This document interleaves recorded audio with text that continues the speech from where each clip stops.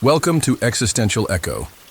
Here we explore true crime stories in a calm and detailed way, perfect for unwinding or falling asleep.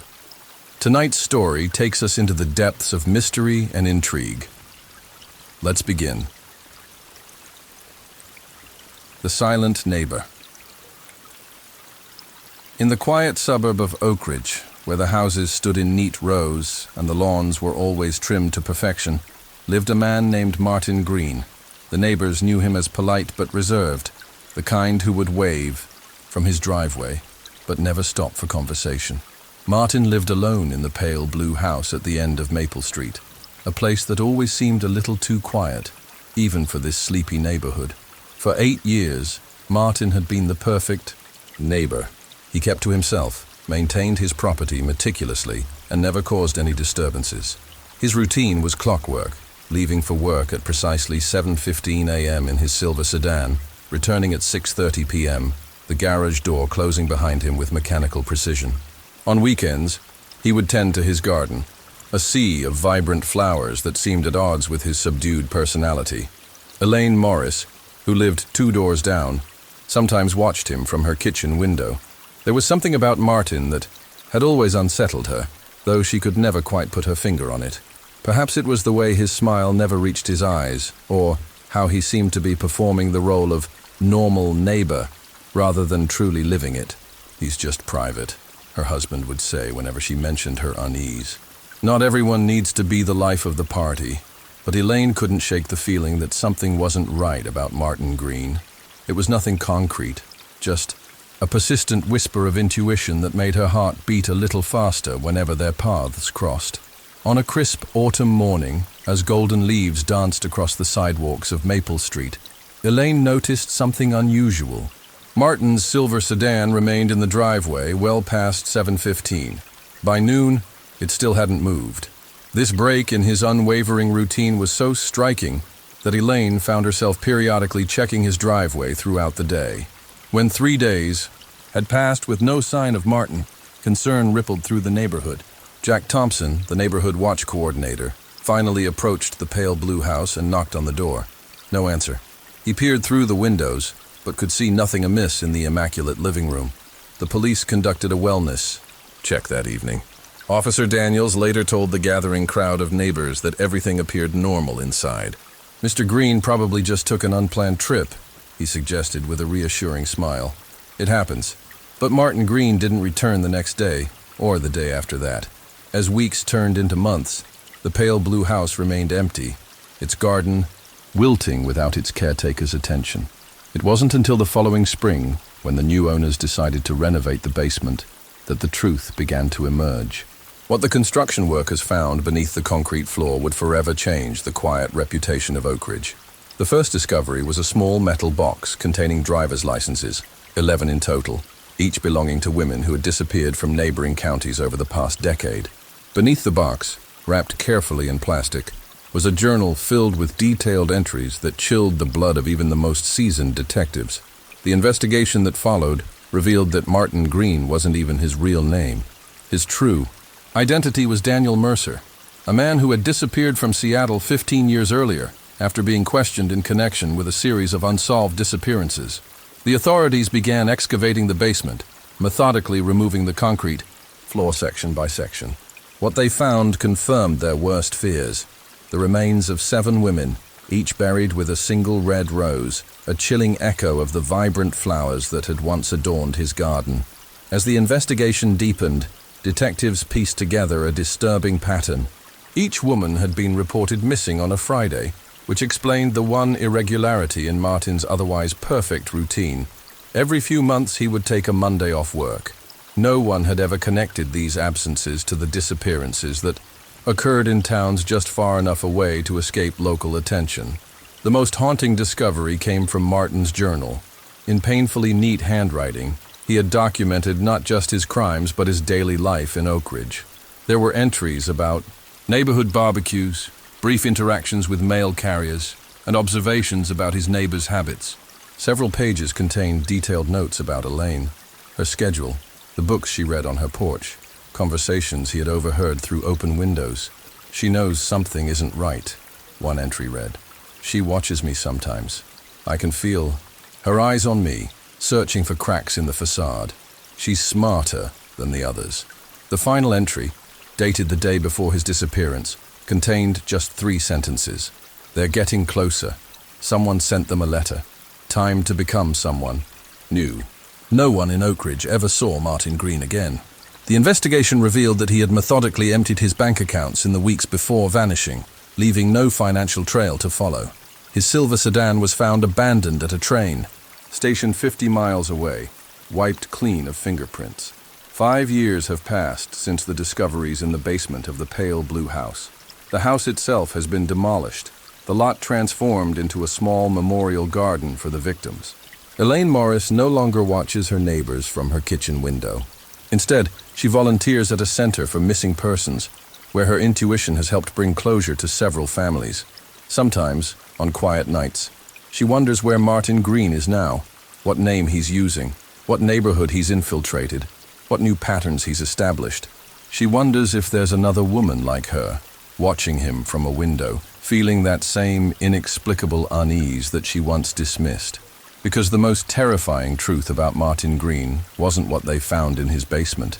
It was that he had lived among them for 8 years, hidden in plain sight, performing normal so convincingly that only the faintest whisper of intuition had ever suggested otherwise.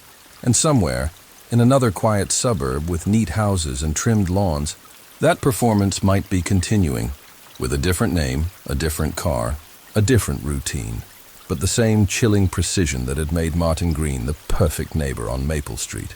In towns across the country, police departments still receive occasional tips about Martin Green sightings, but none have panned out.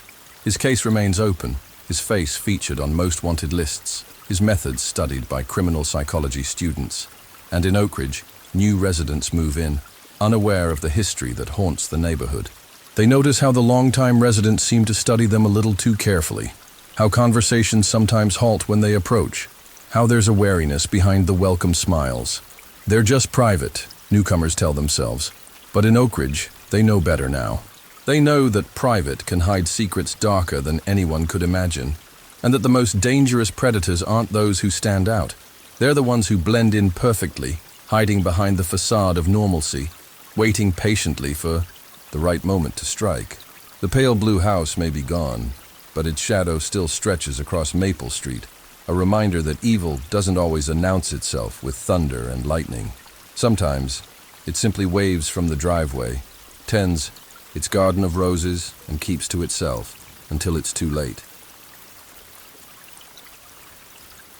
If you're enjoying this and want more true crime stories to fall asleep to, don't forget to like the video and subscribe. It helps the channel grow and brings you more stories like this. Now, let's get back to it. Whispers in room 213. The Blackwood Hotel had stood at the corner of 5th and Pine for nearly a century, its Victorian architecture a testament to a bygone era. Once the crown jewel of downtown Millfield, the hotel had faded over the decades, its grandeur dimming with each passing year. By 2016, it had become little more than a budget lodging option, attracting traveling salespeople, tourists on tight budgets, and occasionally, those looking to disappear for a while. Olivia Chen had worked the front desk for 11 years. She knew every creak in the floorboards, every temperamental key card, and most importantly, she knew people. After more than a decade watching guests come and go, she had developed an uncanny ability to read them, their stories, their intentions, sometimes even their secrets. You develop a sense for trouble, she once told a new hire. Not the loud, obvious kind, the quiet kind, the kind that checks in with cash and avoids the security cameras. On a rainy Tuesday evening in March, a man who called himself James Wilson checked into room 213. There was nothing particularly remarkable about him. Average height, average build, brown hair beginning to thin at the temples, glasses that he repeatedly adjusted when speaking. He wore a navy blue suit that had seen better days, and carried a single black suitcase. "Just passing through," he said, when Olivia made small talk during check-in. "Business meeting tomorrow," then heading out. Something about his demeanor made Olivia pause. His smile was practiced but empty, his eyes constantly scanning the lobby. his fingers drumming an anxious rhythm on the reception desk. When their hands briefly touched as she passed him the key card, his were ice cold despite the warmth of the evening. "Enjoy your stay, Mr. Wilson," she said, watching as he made his way to the elevators, noting how he kept his face angled away from the security camera in the corner. That night, Maria Suarez, the housekeeper assigned to the second floor, reported hearing strange noises coming from room 213. "Not loud noises," she told Olivia during their overlap at shift change. "Just wrong noises, like furniture being moved very slowly, and whispering, so much whispering." The following morning, Wilson extended his stay by 3 days, paying in cash again despite the hotel's policy requiring a credit card for extensions. The manager made an exception after Wilson complained about issues with his business credit card. "Just until Friday," he assured Olivia, sliding 5 crisp $100 bills across the counter. "My meeting is taking longer than expected." It was on Thursday that Sarah Miller checked into room 215, just 2 doors down from Wilson. A pharmaceutical sales representative in town for a convention, Sarah was a regular at the Blackwood, staying there at least twice a year during her company's regional meetings. "Good to see you again, Ms. Miller," Olivia greeted her warmly. "How long will you be with us this time?" "Just until Sunday," Sarah replied with her characteristic bright smile. "Same as always. Convention ends Saturday, I fly out Sunday morning." Later that evening, security footage would show Sarah returning to the hotel around 9:17 p.m. after the convention's opening reception. She stopped briefly at the front desk to ask for an extra pillow, chatted with the night clerk about a new restaurant that had opened nearby, and then made her way to the elevators. The cameras captured her walking down the hallway toward her room. It was the last time anyone would see Sarah Miller alive. By Saturday morning, when Sarah failed to appear at the convention and didn't respond to calls or texts from colleagues, the hotel received a request for a wellness check. The duty manager, Keith Barlow, knocked on her door several times before using the master key to enter. The room was empty. The bed was undisturbed, her suitcase still partially unpacked, her toiletries arranged neatly in the bathroom. Her phone charger remained plugged into the wall, but her phone was missing. Nothing seemed out of place except for the absence of Sarah herself.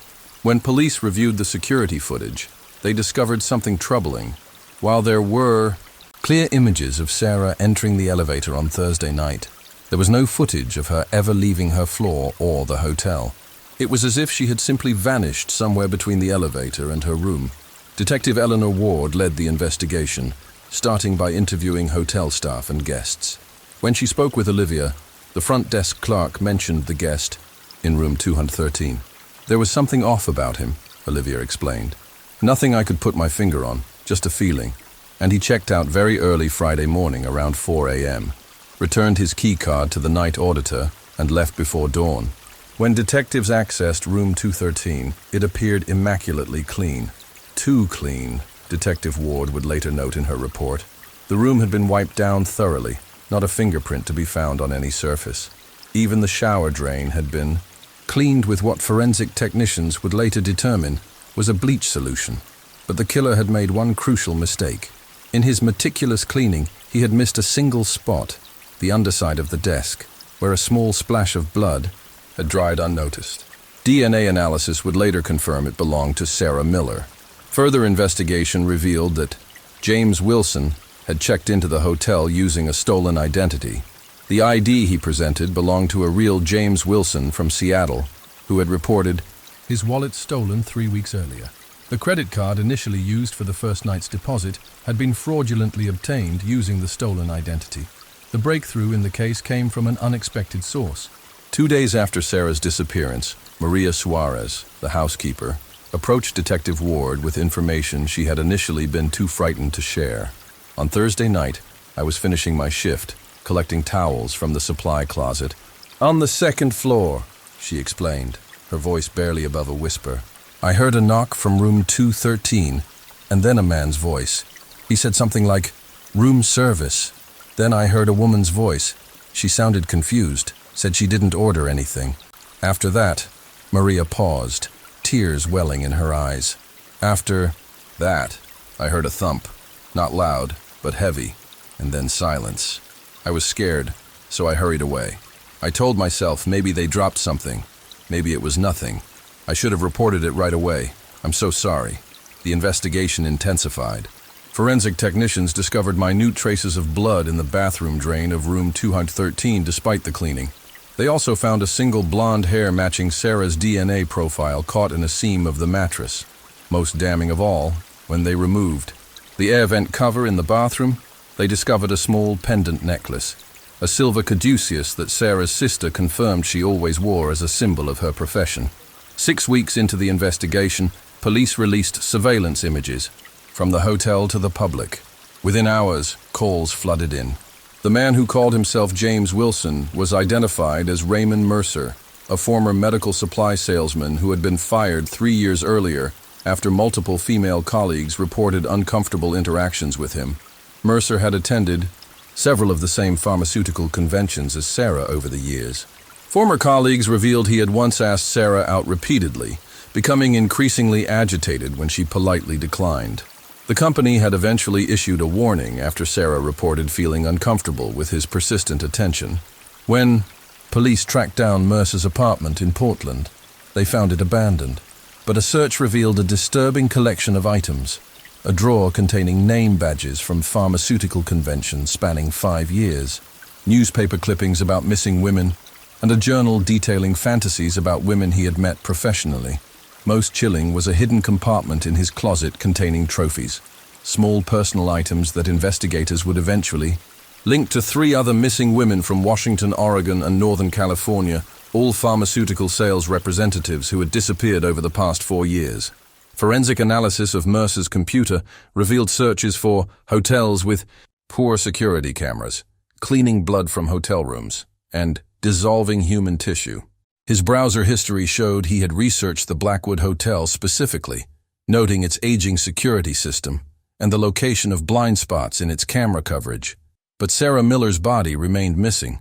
The crucial piece of evidence came from an unlikely source, a homeless man who frequented the alley behind the Blackwood Hotel. When questioned, he recalled seeing a man matching Mercer's description loading a large, heavy suitcase into the trunk of a dark sedan around 4:30 a.m. on Friday morning. He was struggling with it, the witness recounted. Real nervous-like, kept looking around. I stayed hidden because something didn't seem right. The suitcase, it was bigger than the one he came in with. Cell phone tower data placed Mercer's phone traveling east into the mountains in the hours after leaving the hotel. Search teams combed the vast wilderness area along the route, focusing on access points near the highway.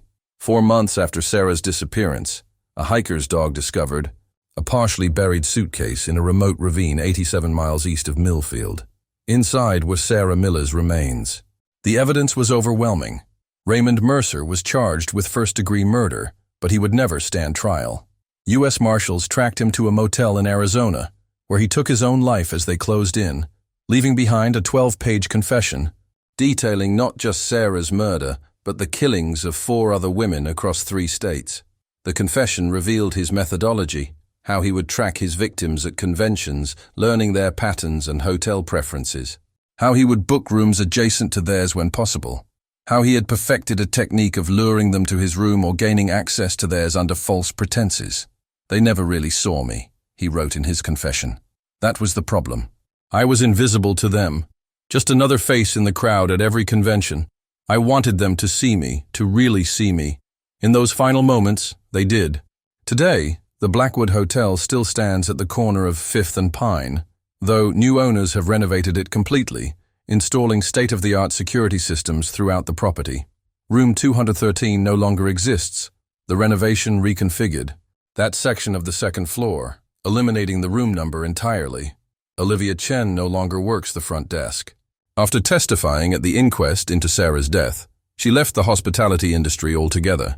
She now works for a non-profit organization that trains hotel staff to recognize the warning signs of human trafficking and potential predatory behavior.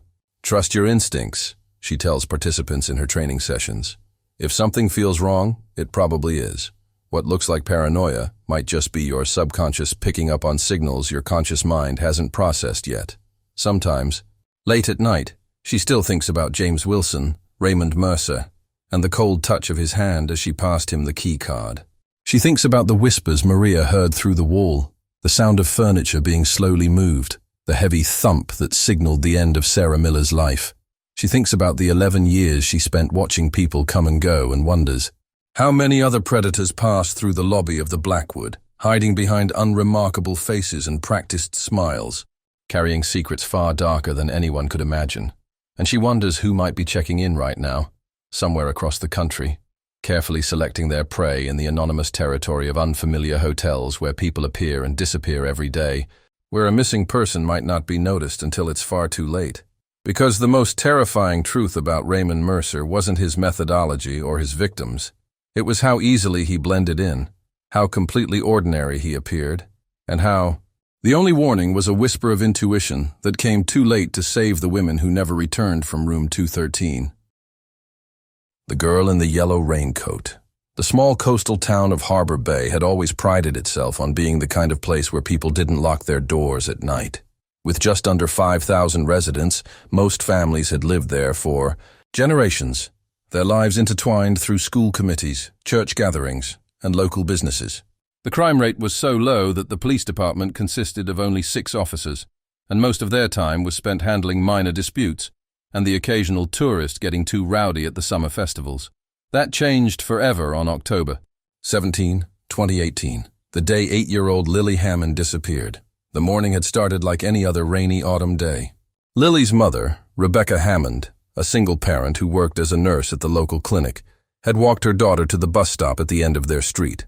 Lily had been wearing her favorite yellow raincoat, the bright color, a cheerful contrast, against the gray skies that had been hovering over Harbor Bay for 3 consecutive days. "Be good today," Rebecca had said, giving her daughter a quick kiss on the forehead before watching her board the bus. "I'll pick you up from Hannah's house after her birthday party."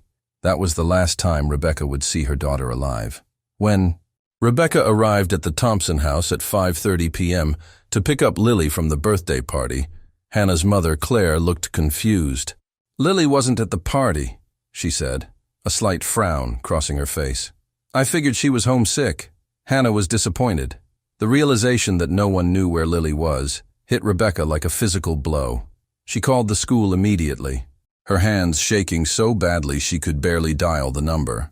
The school secretary confirmed that Lily had never arrived that morning. She hadn't been marked absent because of a substitute teacher who was unfamiliar with the students. By 6 p.m., the entire police force of Harbor Bay was searching for the girl in the yellow raincoat. By 7 p.m., volunteers from all over town had joined the effort, combing through neighborhoods, woods, and the shoreline. By midnight, state police had arrived, and an Amber Alert had been issued throughout the region. For 5 days, the search continued relentlessly. Helicopters circled overhead, diving teams explored the harbor, and search dogs tracked through every inch of the surrounding forests. Lily's face appeared on every telephone pole, store window, and social media page across 3 counties. Harbor Bay transformed from a tranquil coastal town into the center of a massive search operation. News vans lining the main street, reporters delivering somber updates against the backdrop of the town's lighthouse. On the 6th day, a retired couple walking their dog along Pebble Creek, nearly 4 miles from where Lily was last seen, noticed something bright yellow caught among the rocks near the water's edge. It was Lily's raincoat, torn and muddied. The discovery shifted the search to the creek area, and 12 hours later, searchers made the devastating find.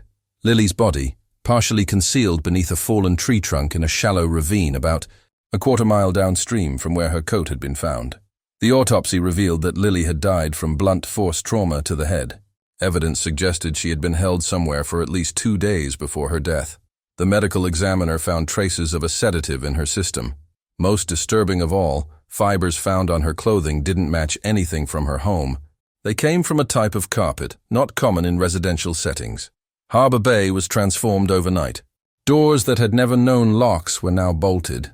Children who had once played freely in yards and parks were kept indoors. Neighbors who had trusted each other implicitly for generations now eyed one another with suspicion. Detective Meera Patel was assigned to lead the investigation. Having transferred to the state police from Boston just 18 months earlier, she brought big city experience to the case, along with an outsider's perspective unburdened by the town's complex web of relationships. In a community this small, everyone thinks they know everyone else, she commented during a briefing. But that's exactly what makes this kind of investigation challenging. The killer isn't going to look like a monster. They're going to look like a neighbor. The investigation began with the bus driver, who confirmed that Lily had never boarded the bus that morning. Security footage from a bank on Main Street, located halfway between the Hammond house and the bus stop, showed Lily walking alone in her yellow raincoat at 7:38 a.m. Additional footage from a gas station showed a dark green SUV slowing down near the bus stop at approximately 7:42 a.m., but the angle and rain-streaked camera lens made it impossible to identify the license plate or see the driver clearly. Detective Patel and her team conducted hundreds of interviews, building a database of everyone who lived or worked within a 5-mile radius of the bus stop. They examined sex offender registries, looked into recent parolees in the area, and investigated every green SUV within 50 miles. Initially, suspicion fell on Lily's estranged father, Derek Hammond, who lived in a city about 80 miles away. However, security footage from his apartment building and workplace provided him with a solid alibi for the morning of Lily's disappearance. As weeks turned into months, the case began to grow cold. The town of Harbor Bay existed in a state of fearful limbo, the crime unsolved, the perpetrator potentially still walking among them, the sense of safety shattered perhaps irrevocably. It was 9 months after Lily's disappearance when the first breakthrough came from an unexpected source. Emma Chen, a 16-year-old high school student working on a photography project about places that define Harbor Bay, was reviewing photos she had taken throughout the town. In one image of the Harbor Bay Hotel, a modest 3-story building that catered mostly to summer tourists, she noticed something in one of the second-floor windows, a yellow raincoat hanging over a chair. The photo had been taken on October 19, 2018, 2 days after Lily's disappearance, and 4 days before her body was found. When Emma showed the photo to her mother, who worked as a dispatcher for the police department, the investigation suddenly reopened with renewed urgency. The Harbor Bay Hotel had been largely overlooked in the initial investigation. Operating at minimal capacity during the off-season, it had just a handful of guests registered during the week of Lily's disappearance. The hotel manager, Kenneth Porter, had provided guest information to the police, but nothing had flagged as suspicious at the time. With the new evidence, Detective Patel obtained the complete guest records and security footage from the hotel. The room where the yellow raincoat had been spotted, room 212, had been registered to a James Burton, who had paid in cash for a 5-night stay beginning October 16th, the day before Lily disappeared. He had checked out early on the morning of October 21st, 2 days before Lily's body was discovered. The hotel's security cameras captured only limited footage of Burton, a man of average height wearing a baseball cap pulled low, always keeping his face angled away from the cameras. What was clear, however, was that he drove a dark green SUV. A review of the original hotel registry revealed something the manager had failed to mention during the initial investigation. James Burton had stayed at the Harbor Bay Hotel 6 times over the past 2 years, always during the off-season, always for 4 to 5 nights, always paying in cash. The investigation expanded, comparing the dates of Burton's previous stays with reports of suspicious activity or other missing persons cases throughout the region. While no direct connections were immediately apparent, a disturbing pattern emerged.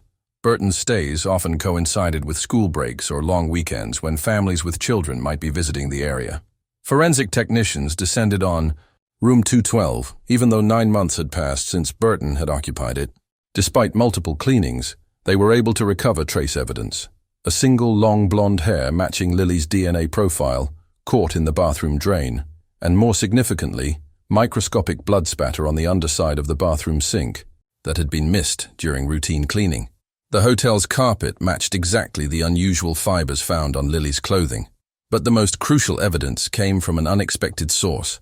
Kenneth Porter, the hotel manager who had seemed cooperative but ultimately uninformative during the initial investigation, suddenly came forward with new information. He claimed that after seeing the renewed media coverage, he had remembered something potentially important. During Burton's stay, he had needed to enter the room to fix a leaking faucet while the guest was out. "I noticed he had a camera set up on a tripod," Porter told detectives. "Professional-looking equipment.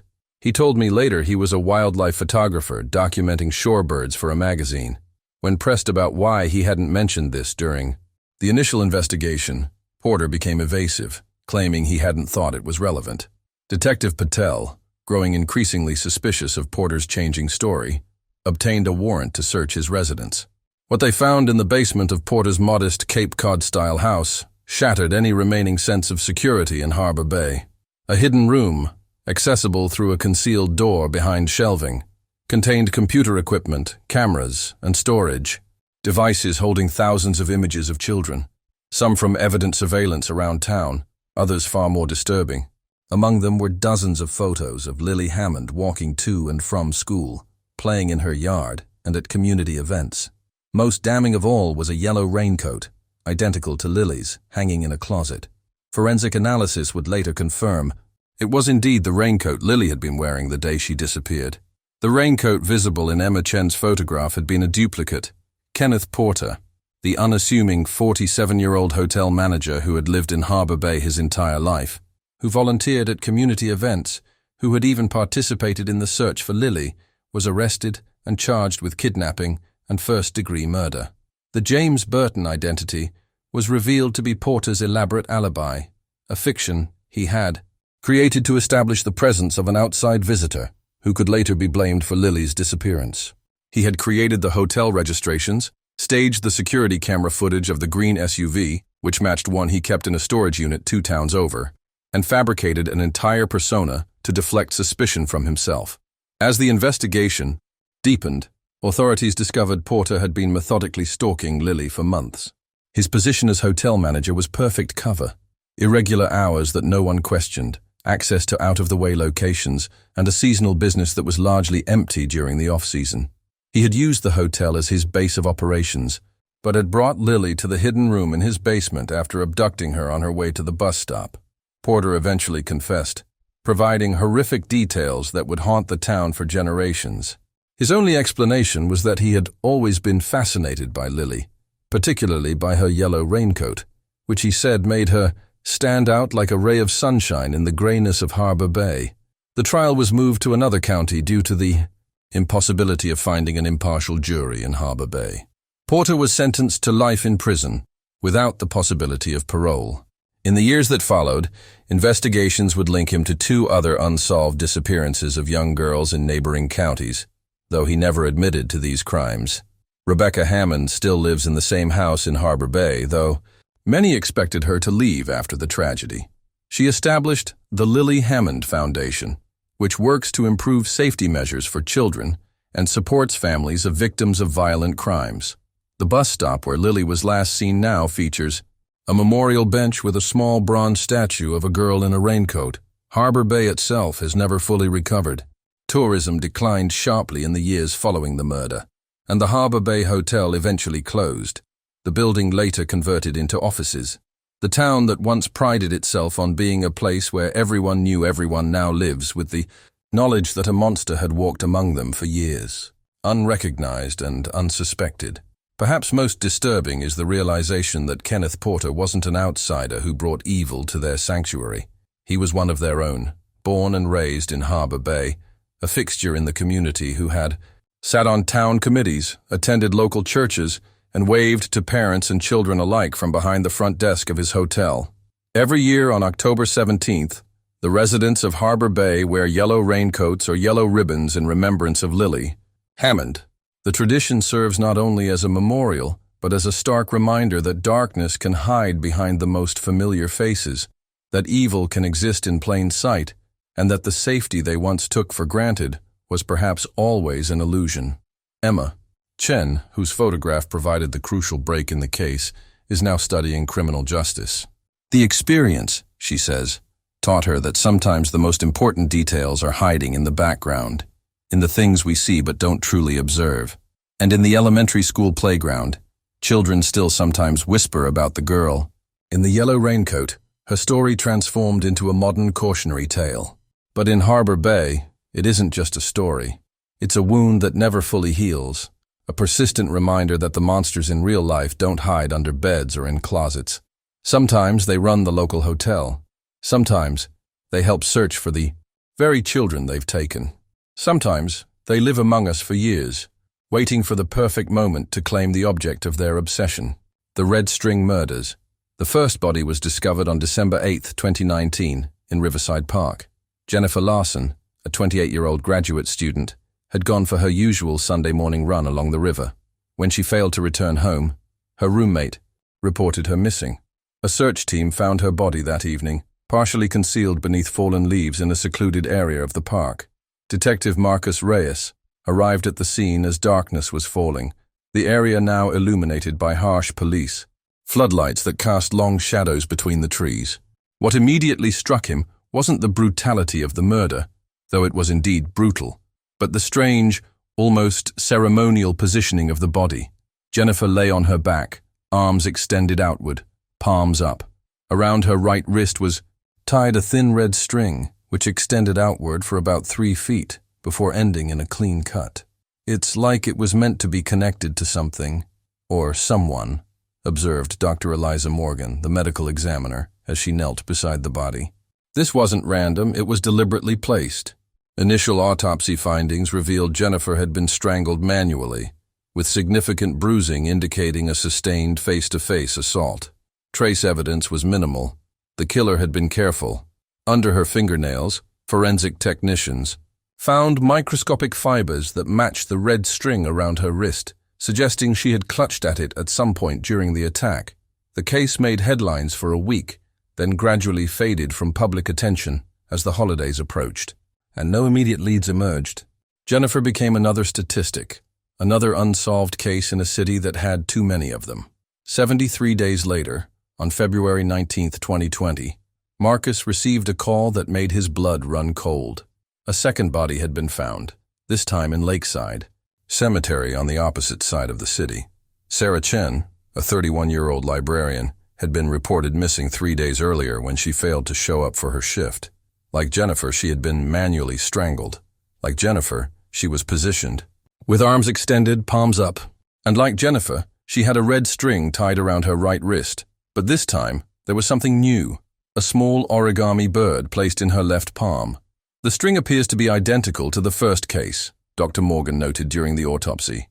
"Same material, same knot pattern around the wrist. This is definitively the same perpetrator." The case now had the full attention of the department. A task force was formed, with Marcus as the lead detective. They combed through both victims' backgrounds, searching for connections, no matter how tenuous. Both women were in their late 20s to early 30s. Both were highly educated. Both lived alone or with roommates rather than family or partners. Neither had any obvious enemies or threatening situations in their lives.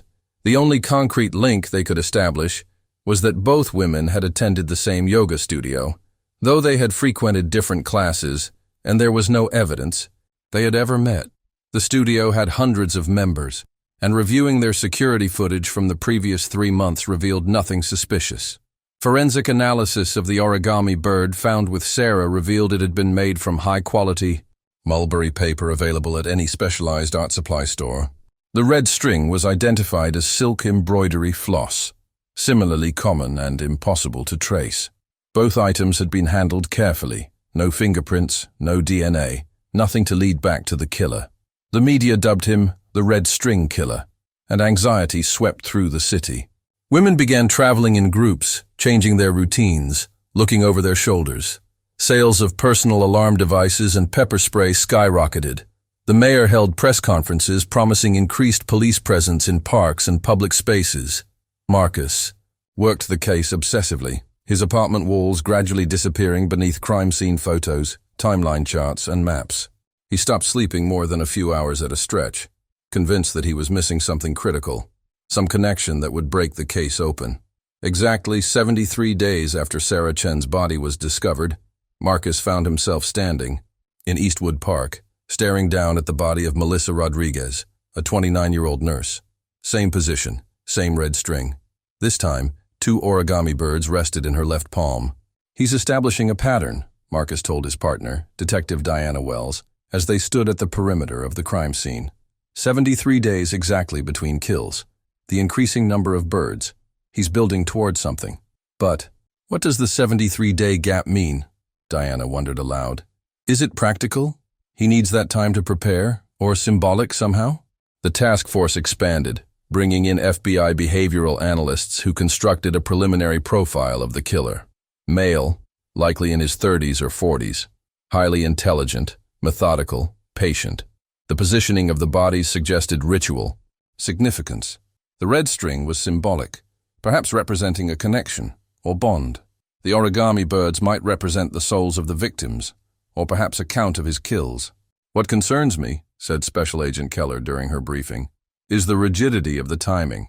73 days isn't a common calendar interval. It's specific, personal, and the increasing number of origami birds suggests he's counting up to something. This is a killer on a mission, not someone who kills opportunistically for gratification." As the investigation intensified, Marcus found himself increasingly drawn to the symbolism of the red string. Late one night, after most of the department had gone home, he was researching cultural references to red string when he came across a Japanese legend, the red string of fate. According to the legend, the gods tie an invisible red string around the little fingers of those destined to meet, regardless of time, place, or circumstances.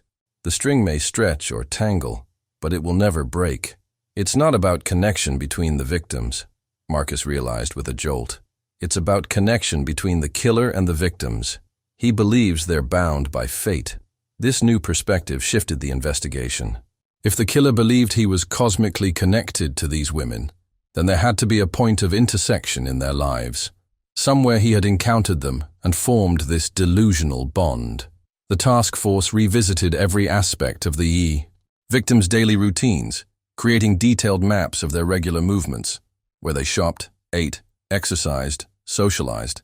They interviewed family members, friends, co-workers, asking specifically about anyone who might have shown unusual interest in the women, no matter how briefly or seemingly innocuously. It was Jennifer Larson's thesis advisor who provided the first meaningful lead. "She mentioned a patient who made her uncomfortable," he recalled. Jennifer was conducting research at Westlake Psychiatric Center for her dissertation on trauma recovery. About 6 months before her death, she mentioned that one of the patients seemed overly interested in her. She'd requested a reassignment but continued working at the facility with different patients. When investigators looked into Sarah Chen's volunteer activities, they discovered she had spent time reading to patients at the same psychiatric center as part of a community outreach program. Melissa Rodriguez had never worked at Westlake, but her sister revealed that Melissa had attended group therapy sessions there following a traumatic car accident 2 years earlier. Westlake Psychiatric Center became the focus of the investigation. Subpoenas were obtained for patient and employee records, and cross-referencing revealed 17 individuals who had overlapping time at the center with at least 2 of the victims. One name stood out: Gabriel Whitman, a former art therapist, who had worked at Westlake until 8 months before the first murder. Whitman had led therapy sessions attended by all 3 victims at different times. When investigators dug deeper into his background, they discovered troubling information. Following a car accident 3 years earlier, Whitman had become increasingly obsessed with Eastern spirituality, particularly concepts relating to fate and cosmic connections. He had eventually been dismissed from Westlake after several female patients complained about his inappropriate focus on their personal lives outside of therapy sessions. His dismissal had occurred exactly 73 days before Jennifer Larson's murder. When police arrived at Whitman's apartment with a search warrant, they found it empty. He had moved out weeks earlier, leaving no forwarding address. But the landlord remembered something odd. When I came to inspect after he left, there were all these little origami birds hanging from the ceiling of the bedroom. Hundreds of them. Gave me the creeps. I threw them all away. A nationwide alert was issued for Gabriel Whitman. His photograph appeared on news broadcasts and social media. Tips flooded in, but none led to his whereabouts. As the 73rd day approached following Melissa Rodriguez's murder, the city held its breath, wondering who would be next. On day 72, Marcus received a call from a librarian at the university where Jennifer Larson had been studying. "I saw the news about that art therapist you're looking for," she said. "Something's been bothering me for weeks. Before Jennifer died, she was researching something for her dissertation, the symbolic significance of numbers in different cultures. She specifically requested materials about the number 73. I remember because it seemed so specific." That evening, Marcus sat in his apartment surrounded by new research. The number 73, he discovered, was significant in several mystical traditions. It was the 21st prime number. In certain numerological systems, it represented transformation and spiritual awakening. And in one obscure text, Jennifer had checked out before her death. 73 was described as the number of completion in the cosmic cycle of rebirth.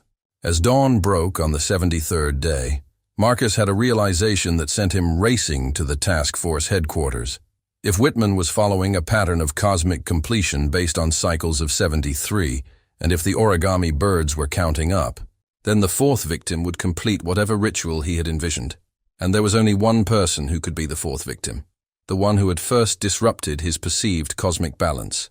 Dr. Katherine Jensen, the clinical director, who had fired Gabriel Whitman from Westlake. When officers arrived at Dr. Jensen's house, they found it undisturbed, with no sign of forced entry or struggle.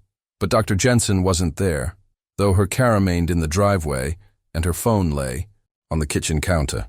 A neighbor reported seeing her leave with a man early that morning. She seemed to know him, the neighbor said. They walked to his car together.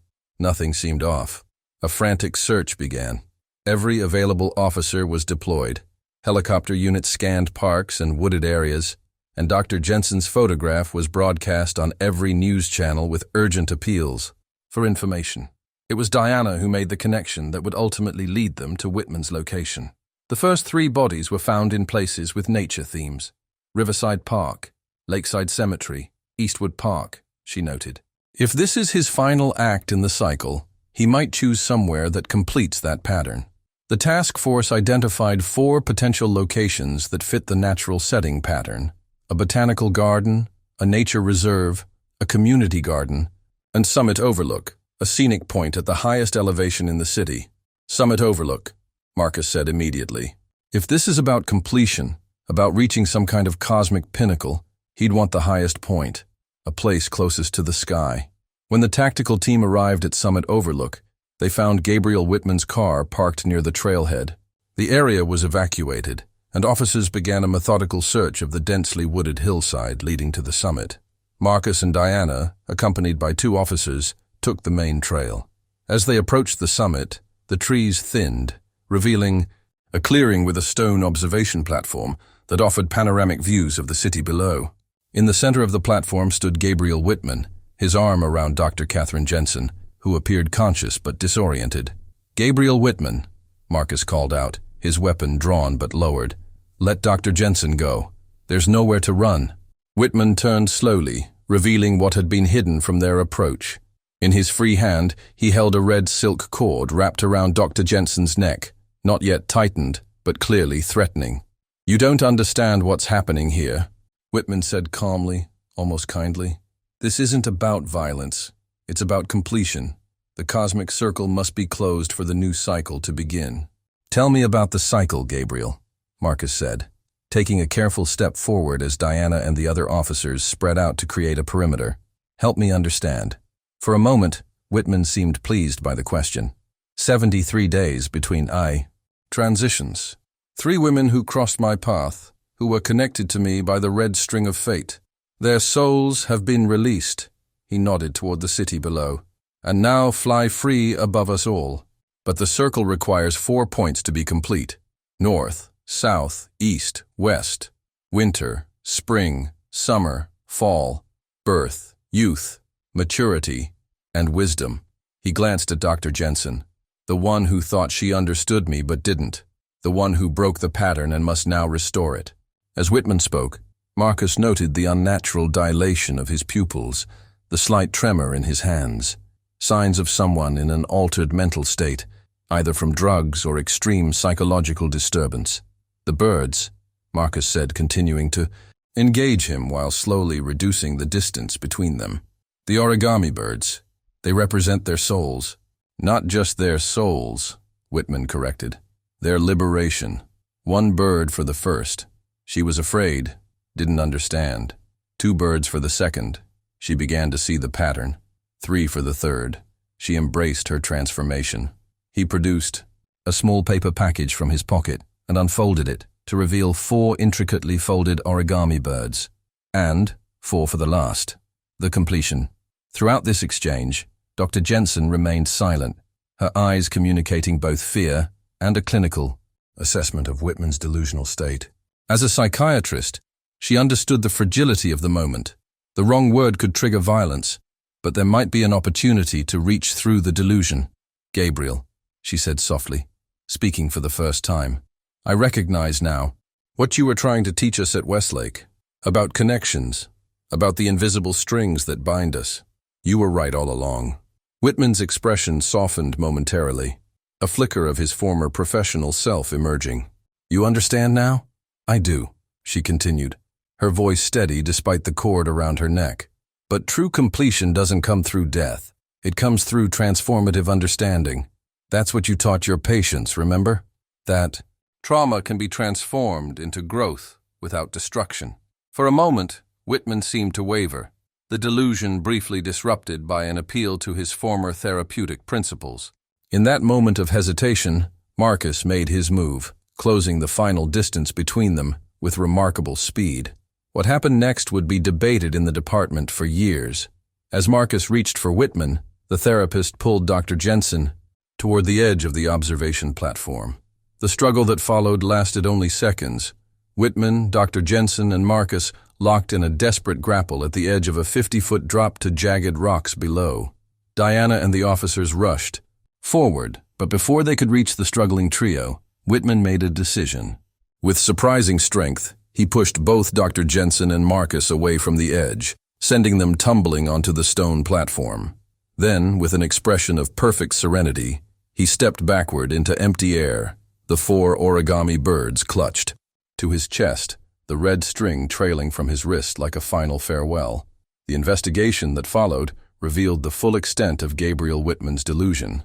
In his apartment, which police located through rental records under a different name, they found journals documenting his cosmic connection to each victim. The car accident 3 years earlier had caused a traumatic brain injury that neurologists believed may have triggered both his obsession with Eastern mysticism and his delusional thinking. Most disturbing were the photographs, hundreds of them, showing Jennifer, Sarah, and Melissa going about their daily lives, unaware they were being watched. He had stalked them for months before killing them, convinced that the red string of fate had marked them as part of his cosmic cycle. The red string itself, analysis revealed, had been dyed with a mixture that included Whitman's own blood. His way of physically manifesting what he believed was an ethereal connection.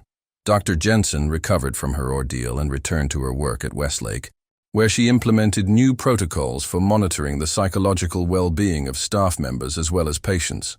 "We're trained to recognize pathology in our patients," she noted in a presentation to colleagues months later. "But we sometimes miss it when it develops in one of our own." For Marcus, the case remained a haunting reminder of how completely a human mind can create its own reality. He kept one of the origami birds, the only piece of evidence he'd ever retained from a case, on his desk, as a reminder of the fragility of perception and the dangerous power of delusion. The city gradually returned to normal, the fear subsiding, as months passed without another red string murder. The story became urban legend, then a true crime documentary, then a case study taught in criminology classes. But sometimes, on the anniversary of Whitman's death, flowers appear at the base of Summit Overlook, not at the spot where he died, but at the trailhead where the climb begins. They are always accompanied by a small origami bird and a length of red string, left by someone who remains unknown despite periodic surveillance. Some believe it's a disturbed admirer, someone who romanticizes Whitman's delusion. Others suggest it might be a relative, mourning not just his death, but the person he was before trauma and mental illness transformed him into a killer. Marcus has his own theory. "Sometimes," he told Diana years later, "I think it's someone who once felt that invisible connection to him. Someone who might have become a victim if we hadn't stopped him.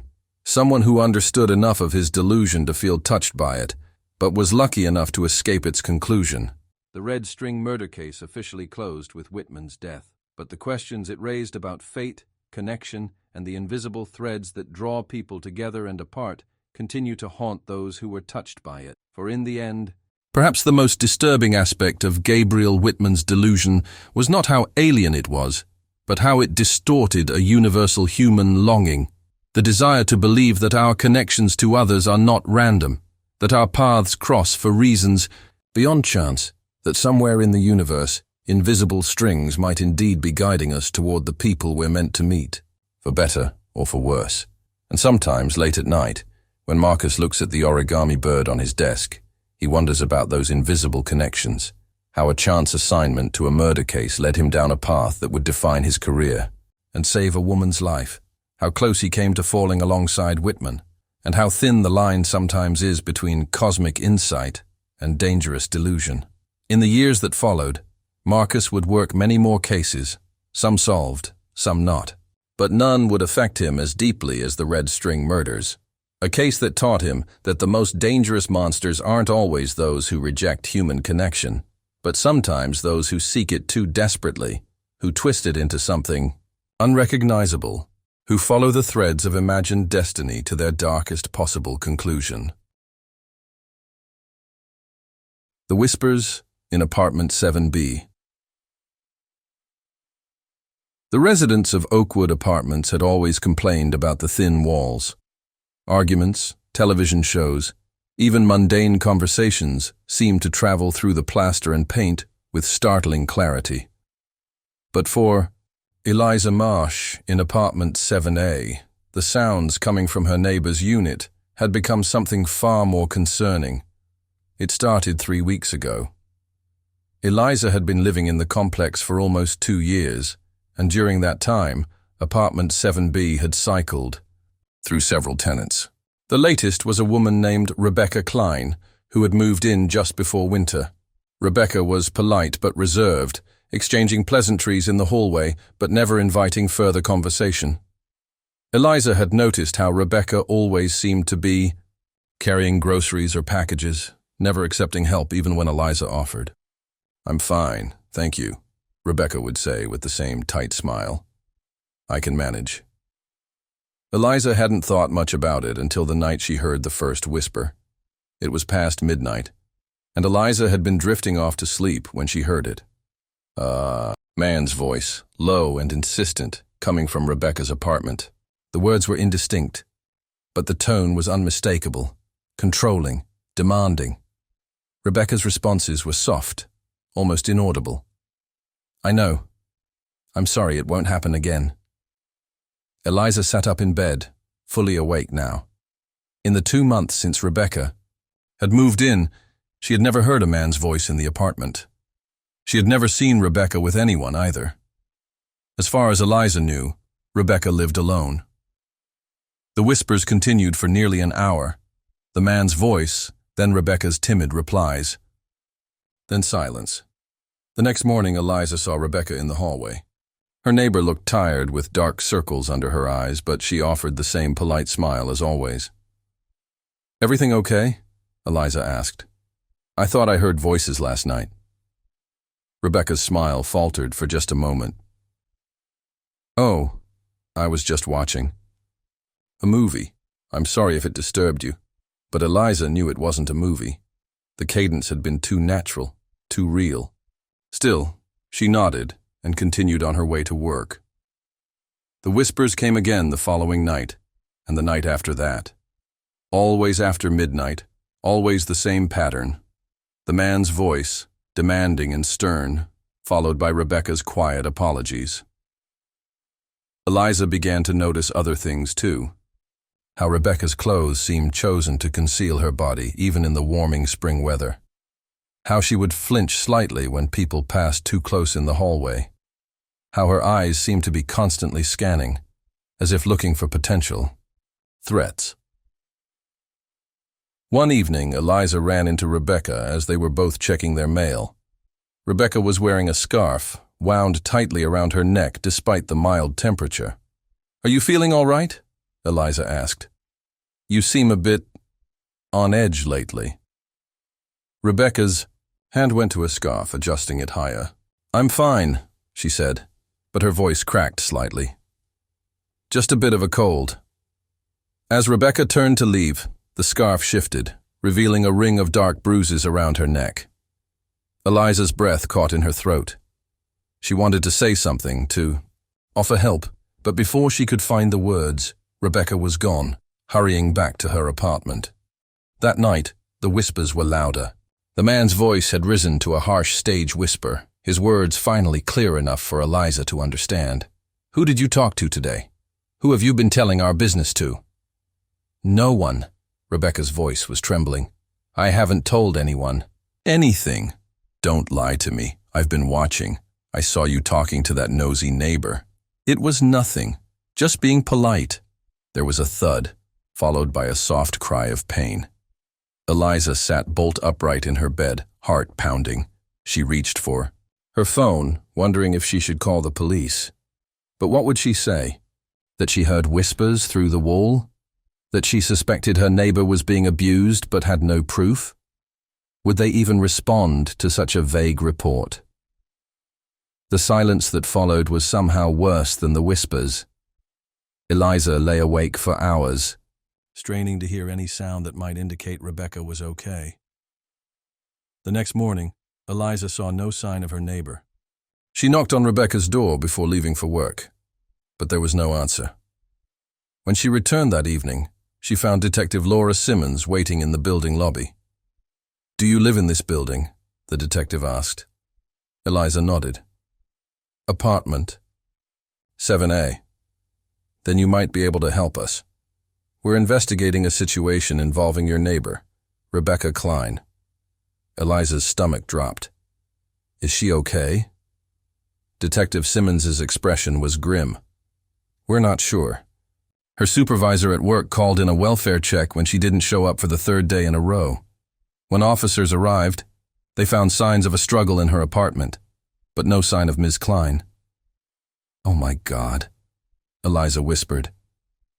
The whispers. The man's voice. "What man?" Detective Simmons asked sharply. Eliza explained everything she had heard over the past weeks, the whispers through the wall, the controlling voice, Rebecca's increasingly fearful behavior. "Did you ever see this man?" the detective asked. "No," Eliza admitted. "I never saw anyone come or go. But the voice was real. I heard it almost every night." Detective Simmons nodded, taking notes. "We found no signs of forced entry. Whoever was in that apartment either had a key or was let in by Ms. Klein." "Or was already inside," Eliza said quietly. The detective looked up. "What do you mean?" "I mean, what if he never left? What if he's been living there with her all this time, hiding whenever someone came to the door?" The investigation that followed revealed a chilling truth. Rebecca Klein had fled an abusive relationship 6 months earlier, changing her name and moving to a new city. But her ex-boyfriend, Daniel Mercer, had somehow tracked her down. Security footage from the building's rear entrance showed Daniel slipping in through a service door one night in early February, just weeks after Rebecca had moved in. He had never left. For over 2 months, Daniel had been living in Rebecca's apartment, hiding in closets or under the bed whenever someone came to the door. He controlled everything Rebecca did. When she left the apartment, who she spoke to, what she wore. The whispers Eliza had heard were his way of maintaining control without alerting the neighbors to his presence.